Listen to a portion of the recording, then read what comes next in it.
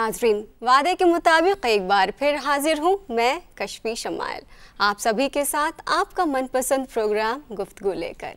इस प्रोग्राम के ज़रिए हम आपकी मुलाकात करवाते हैं उन अजीम शख्सियात से जिन्होंने अजीम तरीन बनने के लिए ज़िंदगी के कई ऐसे पड़ावों को पार किया जो आसान नहीं थे।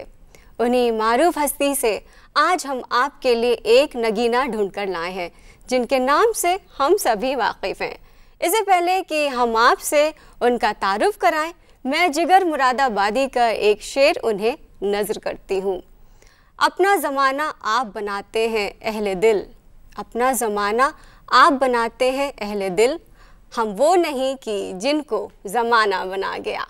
जी हाँ, हमारे आज के मेहमान और गुफ्तगू की जीनत अदाकार अवतार गिल हैं। तो आइए नाज़रीन, तारुफ कराते हैं आपका अवतार गिल साहब से। अवतार जी, दिली इस्तकबाल है इस प्रोग्राम में आपका। नमस्कार, आदाब। तो सबसे पहले शुरुआत करते हैं नुक्कड़ से कि आपने जो दूरदर्शन पे इतना मकबूल प्रोग्राम था नुक्कड़, उसके बारे में बताएं। तो कैसा था एक्सपीरियंस, कैसी है उसकी खूबसूरत यादें? हालांकि काफ़ी साल हो चुका है सीरियल को, इस प्रोग्राम को। जी हाँ, ये शुरुआत हुई थी इसकी 86 में और उस वक्त दूरदर्शन के 13 एपिसोड मिलते थे, तो 3 बार मिले थे, 13 फिर 13 फिर 13, और ये अपने ज़माने का बहुत ही कामयाब सीरियल था और यहीं से मेरी पहचान बनी थी कादर भाई के नाम से। और आज करीब 250 फिल्में करने के बाद भी बहुत ज़्यादा लोग मुझे कादर भाई के नाम से ही जानते हैं। सोमवार रात को 9 बजे आता था और यकीन मानिए कि बम्बई की सड़कों पे 9 बजे ट्रैफिक नहीं होता था। क्या बात है। क्योंकि लोग इसे मिस नहीं करना चाहते थे, इसे देखते थे और ये इतना मकबूल हुआ था अपने ज़माने में। और बहुत इन्जॉय किया हम लोगों ने, बड़े इत्मीनान से शूटिंग करते थे। एक एपिसोड की 3 दिन में शूटिंग करते थे और ज़्यादा कोई काम था नहीं, तो जिस तरह नौकरी होती है घर से स्टूडियो, स्टूडियो से घर आ जाते थे। और बहुत सारी यादें हैं उनके साथ, बहुत सारे दोस्त हैं जो अब नहीं रहे, कुछ एक बाकी हैं। बेस्ट पीरियड था मैं कह सकता हूँ। एक्टिंग का जुनून आपको बाद में हुआ कि शुरू से था? क्योंकि मैंने ऐसा सुना कि आप पहले रेसलर बनना चाहते थे, एक्टिंग का आगाज़ कैसे हुआ? हाँ, वो रेसलर इसलिए बनना चाहा, वो स्कूल की बात है। मेरे बचपन के हीरो दारा सिंह थे, तो मैं उनकी कुश्तियाँ बहुत देखता था, तो मैं चाहता था कि मैं भी उन जैसा बनूँ। मैंने कोशिश भी की लेकिन मेरा शरीर वैसा नहीं बन पाया, तो मैंने ख्याल छोड़ दिया, समझ में आ गई बात मुझे। फिर कॉलेज में आके मुझे ये एक्टिंग का कीड़ा काटा जिसे कहते हैं, ये कुछ 72 की बात है, तब जाके मुझे एक्टिंग का शौक़ हुआ और मैंने कॉलेज के ड्रामों में हिस्सा लेना शुरू किया। वन एक्ट प्लेस में, वहाँ से शुरुआत हुई। एक्टिंग में अगर बात की जाए फिल्मों की, ड्रामों की या फिर सीरीज़ की, तो कौन सा ज़्यादा चैलेंजिंग होता है, टफ कौन सा होता है? देखिए, ये 3 मीडियम है, एक सिनेमा है, एक टेलीविज़न है, एक थिएटर है। सिनेमा जो है वो डायरेक्टर का मीडियम है, जो डायरेक्टर सोचता है, जो डायरेक्टर चाहता है वही वो दर्शकों को दिखाता है। और जो टेलीविज़न है वो राइटर का मीडियम है, जितना अच्छा वो लिखेगा उतना अच्छा लोग उसको देखेंगे, एंजॉय करेंगे। जो थिएटर है वो एक्टर का मीडियम है, वो एक बार पर्दा उठ गया तो फिर कट नहीं है, फिर आपके और जनता के बीच में कोई नहीं है।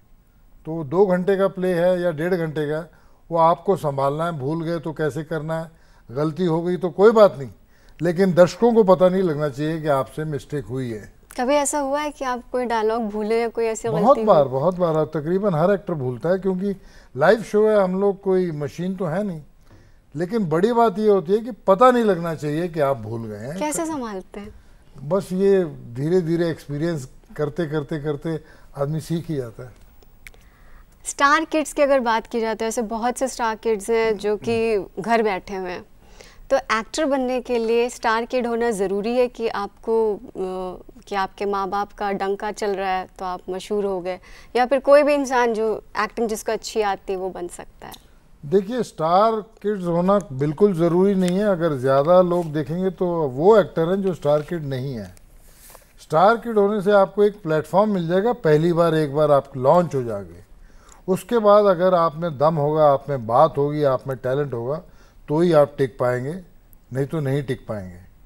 अब देखिए, राज कपूर साहब ने राम तेरी गंगा मैली बनाई राजीव कपूर साहब को लेके, और पिक्चर बहुत हिट भी रही। लेकिन उसके बावजूद राजीव कपूर जी आगे उस तरह कामयाब नहीं हो पाए। मनोज कुमार साहब के दोनों बेटे थे, वो नहीं चल पाए। तो ये ऐसा नहीं है कि आप स्टार किड है तो आपका हो जाएगा कुछ। तो इसमें ज़रूरी है कि आपके अंदर कितना टैलेंट है, वो आप कितना प्रूव करते हैं उसके ऊपर है। एक अच्छा एक्टर बनने के लिए क्या क्या खूबियाँ होनी चाहिए, या मैं आपसे पूछूं कि आप में क्या खूबियाँ हैं?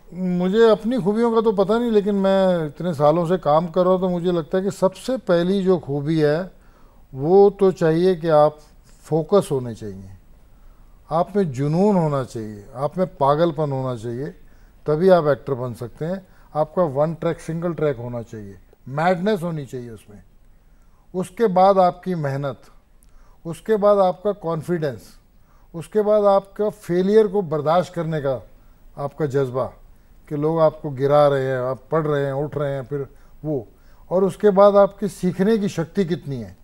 क्योंकि एक क्लास में 20 लड़के होते हैं या 50 लड़के होते हैं, लेकिन फर्स्ट तो एक ही आता है। तो वो आपके ऊपर डिपेंड करता है आप कितनी तेज़ी से सीखते हैं, कितना सीखते हैं, कितना उसमें ग्रास्प करते हैं। तो वो चीज़ें आपके ऊपर डिपेंड करता है।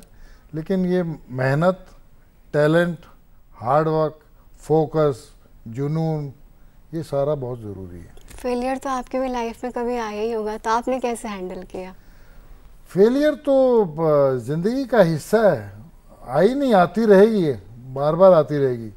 उस वक्त तकलीफ़ होती है, दिल दुखता है, आदमी रोता है, अकेला होता है, डिप्रेस होता है, पर उसके साथ फिर लड़ना पड़ता है, फिर दोबारा खड़ा होना पड़ता है, और वो भी आपको ज़िंदगी खुद ही सिखाती है। अगर जैसे कोई फिल्म में पिट जाए तो उस टाइम मतलब कैसी फीलिंग आती है कि छोड़ो अब नहीं करना? हाँ, ये फीलिंग आती है, बहुत तकलीफ़ होती है, बहुत अकेला महसूस करता है कि दुनिया में मेरा कोई नहीं है और मुझसे कोई प्यार नहीं करता और मुझसे कोई मिलना नहीं चाहता, मुझे कोई काम नहीं देना चाहता और मैं बिल्कुल यूज़लेस हूँ। ये सारी बातें होती हैं, आम नॉर्मल जो आदमी फील करता है वो एक्टर्स भी वही फील करते हैं, लेकिन उसके बावजूद लड़के फिर दोबारा खड़ा होना पड़ता है। अब इसका उल्टा सवाल पूछती हूँ जी, कामयाबी को आप कैसे हैंडल करते हैं?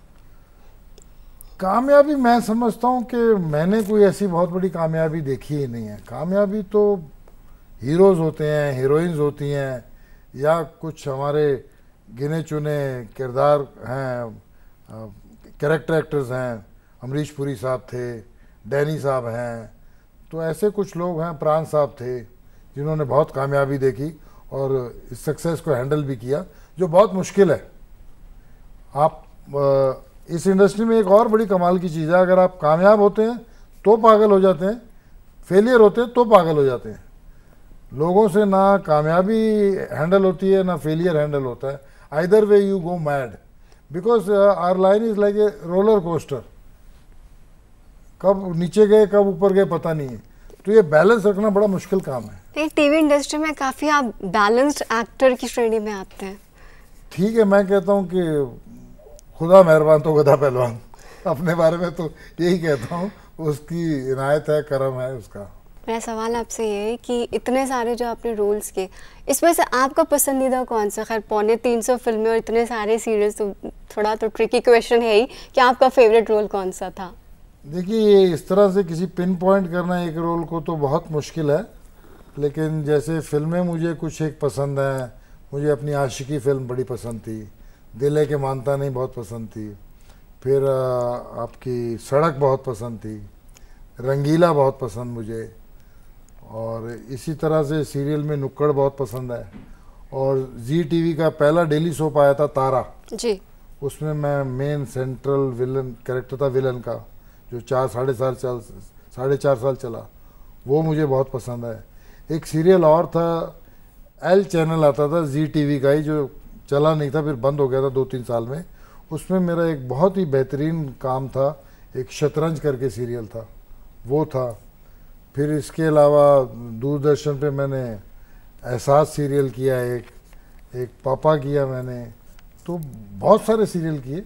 तो किसी एक को पिन पॉइंट करना ज़रा थोड़ा मुश्किल हो जाता है। नेगेटिव रोल्स करने में आपको ज़्यादा अच्छा लगता है पॉजिटिव? मैंने आपकी एक फिल्म देखी थी हवा, जिसमें आप नेगेटिव में थे, थोड़ा नेगेटिव रोल। नहीं, नेगेटिव रोल्स मैंने ज़्यादा किए हैं, नेगेटिव ज़्यादा किए हैं, क्योंकि मेरी शक्ल कोई हीरो जैसी है नहीं ना, मैं बहुत हैंडसम दिखता हूँ, और ये मुझे शुरू में पता लग गया था कि मुझे हीरो कोई नहीं लेगा। मैं शीशा कहते हैं ना, झूठ नहीं बोलता, तो मैंने शीशे में देख के समझ गया था कि ये टेढ़ी मेढ़ी शक्ल है जो, इसको लोग हीरो तो बनाने से रहे, तो क्यों ना विलन बन जाओ।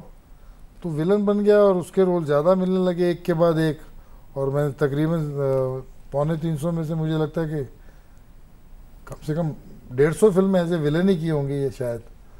तो विलन एंजॉय करता हूँ करना। हीरो बनने के लिए एक्टर होना ज़रूरी है, एक्टर होने के लिए हीरो होना ज़रूरी है, ये बताइए पहले। देखिए, पहले जब हीरो बनने के लिए होता था कि उस टाइम पे ऐसा होता था कि आदमी खूबसूरत होना चाहिए, ऊंचा होना चाहिए, अच्छा जिस्म होना चाहिए, उसकी जुल्फ़ें माथे पे गिरनी चाहिए, ये पुराने ज़माने की बात होती थी। लेकिन आज की डेट में ऐसा नहीं है। आज की डेट में अगर आप टैलेंट हैं तो कोई भी हीरो बन सकता है। आज देखिए नवाजुद्दीन सिद्दीकी साहब हीरो बने हैं, इरफान खान साहब हीरो बने हैं, ये टैलेंट के बेस पे बने हैं।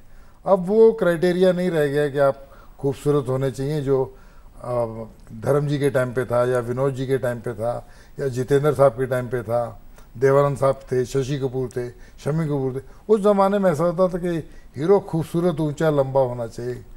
तो यानी अभी पूरा चांस है कि आप हीरो बन सकते हैं। देखिए, मैंने कहा ना, मुझे कोई गलतफहमी नहीं है और मैं रोज़ शीशा देखता हूँ और मुझे पता है मेरी औकात क्या है। अरे नहीं, अगर आज आप एक्टर नहीं होते तो आप क्या होते? रेसलर होते? देखिए, मैंने पहले रेसलर बनने की कोशिश की स्कूल के टाइम पे, तो मैं नहीं बन पाया। फिर जब मैंने मैट्रिक पास की तो मैं एयर फोर्स में जाना चाहता था। अच्छा। पर मेरी माताजी थी, उन्होंने इस बात का विरोध किया। उन्होंने कहा, मेरे कौन सा 5-7 बेटे हैं, मेरे 2 बेटे हैं, मैं नहीं जाने दूंगी तुम्हें। तो उन्होंने रोक दिया, और वो उम्र भी कच्ची सी उम्र थी, 16-17 साल की, तो हम उनकी बात मान गए। वरना मैं एयर फोर्स में जाना चाहता था। तो शायद अगर मैं चला गया होता तो एयर फोर्स में होता। एयर फोर्स में आप होते तो फिर आपका जो ड्रीम रोल है वो क्या था, और तो आप ड्रीम रोल कर पाते या नहीं कर पाते अगर आप एयर फोर्स में जाते तो?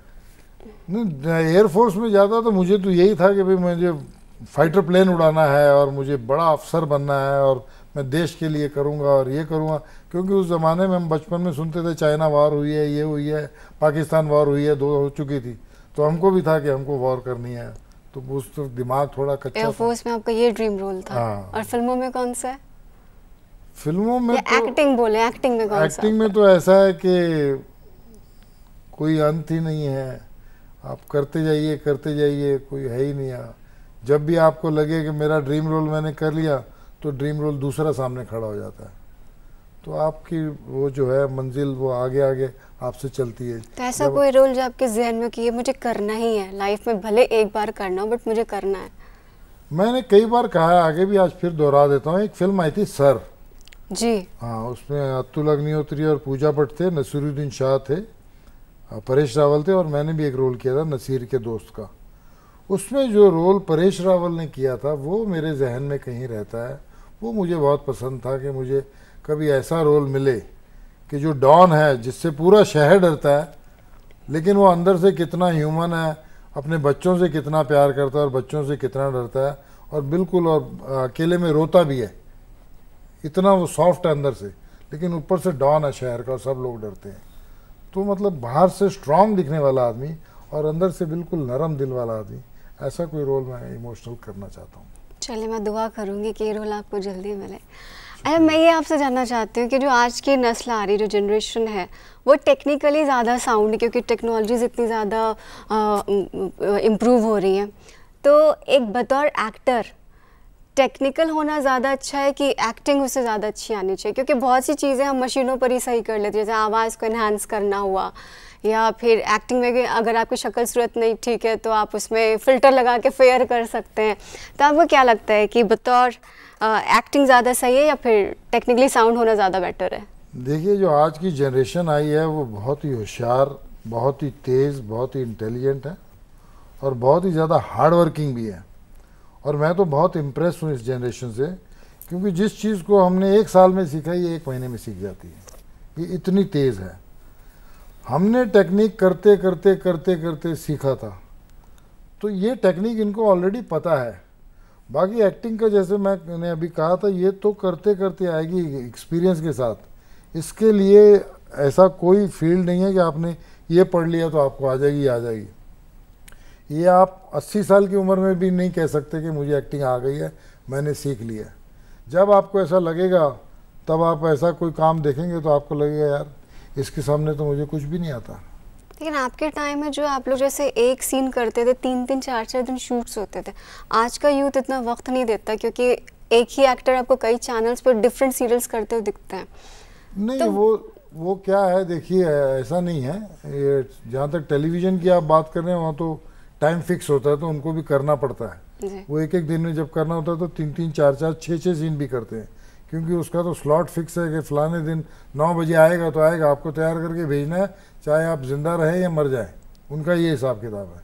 फिल्मों में ऐसा नहीं होता, फिल्मों में जमा टिका के काम होता है कि एक दिन में एक सीन हुआ तो ठीक है, नहीं तो ये सीन कल करेंगे। अच्छा।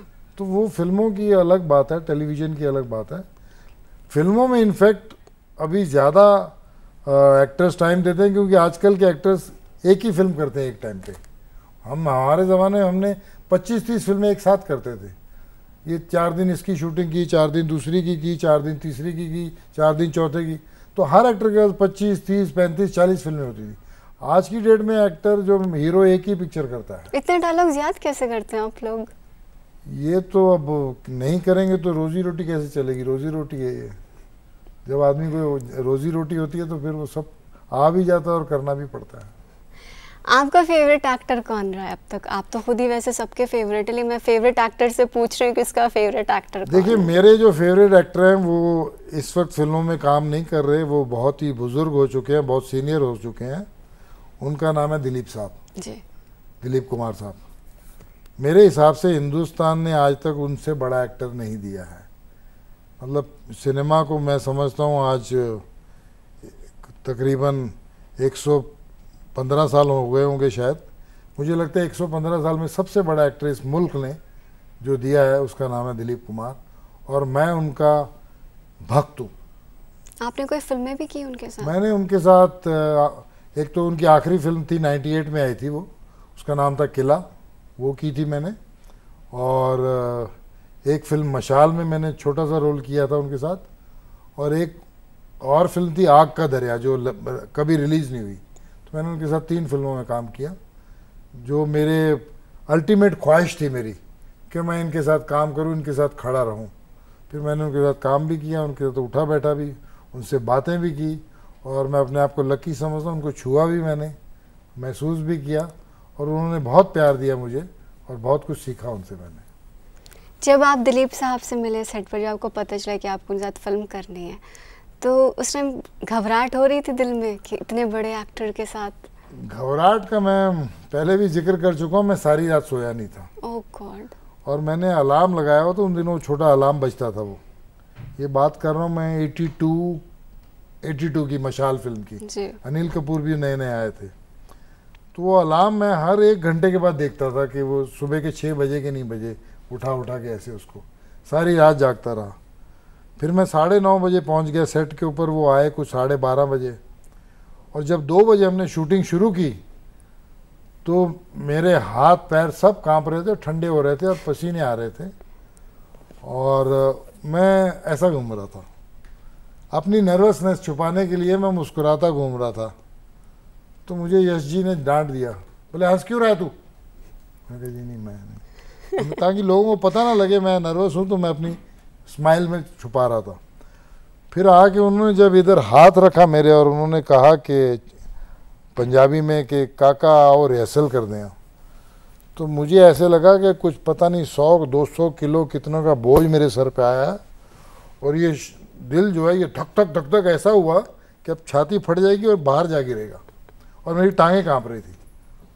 मतलब मैं इतना नर्वस था, इतना कि यार जिसको मैं गॉड मानता हूँ आज उसके साथ खड़ा हो और मुझे एक्टिंग करनी है। तो उन्हें ये बात समझ में आ गई, तो उन्होंने मुझे रिलैक्स किया, 2-4 रेसलिंग की, बातें की, कर आगे आधा पौना घंटा मुझे रिलैक्स किया उन्होंने। उसके बाद हमने कुछ और। अच्छा, जो आग का दरिया थी वो रिलीज़ क्यों नहीं हुई, क्या वजह थी उसकी? क्या होता है कि बहुत सारी फिल्में ऐसी पड़ी रहती हैं जो रिलीज़ नहीं होती हैं। 1-2 नहीं, 10, 20, 50, 100 ऐसी फिल्में। वो कुछ प्रोड्यूसर के अपने पर्सनल प्रॉब्लम होते हैं, कभी एक्टर्स की डेट्स की वजह से, कभी फाइनेंस की वजह से, या कभी किसी और की। अब क्या प्रॉब्लम था पता नहीं, जबकि वो पूरी कंप्लीट है, बन के पड़ी हुई है। उसके बनी हुई को भी आज 10-15 साल हो गए हैं, उसके बावजूद रिलीज़ नहीं हुई है। और मुझे लगता है अब कभी नहीं होगी, वो कंप्लीट है। तो वो उसमें आपका क्या रोल था? उसमें मैं अमरीश पुरी साहब विलन थे। अच्छा। तो उनके जो चमचे कह लो या हंच मैन कह लो, साइड के जो साइड किक्स होते हैं, गुंडे होते हैं, तो उसमें था। मुझे तो ये था कि दिलीप साहब की फिल्म में काम करना, इसलिए था मैं। और उसमें थे कुछ सीन वीन, पद्मिनी कोल्हापुरे को मैं ज़बरदस्ती किडनैप करके उठा के लेके आता हूँ, कुछ ऐसा कुछ था, कुछ खास नहीं था। इतनी सारी फिल्में आपने की और कई ज़बानों में भी की हैं। गुजराती में की आपने, और जी मैंने हिंदी, पंजाबी, गुजराती, मराठी, बंगाली, तेलुगु, भोजपुरी, इंग्लिश, ये तमाम लैंग्वेज में काम किया मैंने। आप इतने टैलेंटेड और इतनी सारी आपको ज़बानें आती, तो टैलेंट का जो ये ज़ख़ीरा है वो कहाँ से आया? इतनी सारी ज़बानें कैसे आपने एक बार में सीख ली? नहीं, ये ज़िंदगी ने दिया, ये 40 सालों में इकट्ठा किया मैंने। आपने देखा होगा रोड पे कुछ लोग कचरा उठाते घूमते हैं, उनकी बोरी रखी होती है, वो कुछ मिलता है कचरे में से उठाते हैं, प्लास्टिक उठाते हैं, वो है। तो मैंने भी जहाँ से जो मिला वहाँ से उठाता गया। दिलीप साहब से कुछ ले लिया, कुछ अमिताभ बच्चन साहब से ले लिया, कुछ धर्म जी से ले लिया, कुछ संजय दत्त से ले लिया। इस तरह से अपनी झोली में इकट्ठे करता हुआ मैं डालता गया और बस उनसे इंस्पिरेशन लेता गया, सीखता गया। आपकी फेवरेट मूवी कौन सी है जिसमें आप नहीं हैं? मेरी फेवरेट फिल्म है गंगा जमुना, दिलीप साहब की। वो मुझे, जिस तरह से मैंने कहा कि वो मुझे बेस्ट एक्टर लगते हैं, मुझे लगता है कि हिंदुस्तान की बेस्ट फिल्म वो है, मतलब उनका काम उसमें बेस्ट है। वैसे मुझे उनकी सारी फिल्में पसंद हैं। मैंने गंगा जमुना कुछ 30-35 बार देखी है। उनकी मुग़ल आज़म मुझे पसंद है, वो कुछ 30-35 बार देखी है। उनकी देवदास है, वो कुछ मैंने 30-35 बार देखी है। तो उनकी बहुत सारी फिल्में जो मैं देखता रहता हूँ, बार बार देखता रहता हूँ, और कहीं से भी देख सकता हूँ, एंजॉय करता हूँ, बैठता हूँ। एज एन ऑडियंस हम लोग एक मूवी को एक बार, बहुत से बहुत 2 या 3 बार देख सकते हैं। जैसे आपकी एक फिल्म थी बागबान, वो मैंने 3 बार देखी है। लेकिन आप लोग जो एक ही फिल्म को 35-40 बार देखते हैं, तो क्या हर फिल्म में से आपको एक टेक अवे मिलता है कि इस बार ये देखा तो ये सीखा, अगली बार जब देखा तो कुछ और सीखा? जैसे आप दिलीप साहब आपके फेवरेट एक्टर हैं। कोशिश करते रहते हैं। देखिए, आपको जो फिल्म पसंद होती है वही आप देखते हैं बार बार, या एक्टर जो पसंद होता है उसको देखते हैं, या जो सीन पसंद होता है उसे देखते हैं। जैसे आपने बागबान का जिक्र किया, तो बागबान का जो आखिरी सीन था जिसमें अमित जी स्पीच देते हैं एंड में खड़े होके, तो वो सीन मैंने कई बार देखा है। हालांकि उस सीन में मैं प्रेजेंट था जी, जब वो स्पीच दे रहे हैं। तो वो सीन में सोचता था ये कि अमिताभ बच्चन कितना बड़ा एक्टर है कि एक टाइम पे खड़ा इतना बोले आ रहा है, 7 मिनट तक बोल रहा है नॉन स्टॉप, और कमाल का बोल रहा था। तो आप देखते हैं तो फिर सीखते हैं भाई कैसे इमोट करता है ये आदमी, कैसे बात उनकी आपके टच होती है। तो इसका कोई अंत ही नहीं, आप सीखते हैं, सारी ज़िंदगी सीखते हैं। आखिरी सवाल आपसे, जाते जाते आप न्यू जनरेशन को क्या मैसेज देना चाहेंगे? मैं न्यू कमर्स को अब ज़्यादा कुछ नहीं, ये कहूँगा कि भाई आपको लगता होगा ये प्रोफेशन आसान है, आसान है नहीं है, बहुत मुश्किल है, बहुत कंपटीशन है। रोज़ पता नहीं कितने हज़ारों लाखों लड़के लड़कियां बम्बई आते हैं, कुछ पंजाब से आते हैं, कुछ यूपी से आते हैं, कुछ बिहार से आते हैं, पता नहीं कहाँ से। तो आपको जो मोहल्ले वाले या 4 दोस्त बोल देते हैं कि तुम तो शाहरुख खान से बेटर लगते हो, ऐसा है नहीं, बहुत मुश्किल है। There is always somebody better than you in looks, in talent, in body, everything. So it's a very tough line. You have to work very hard.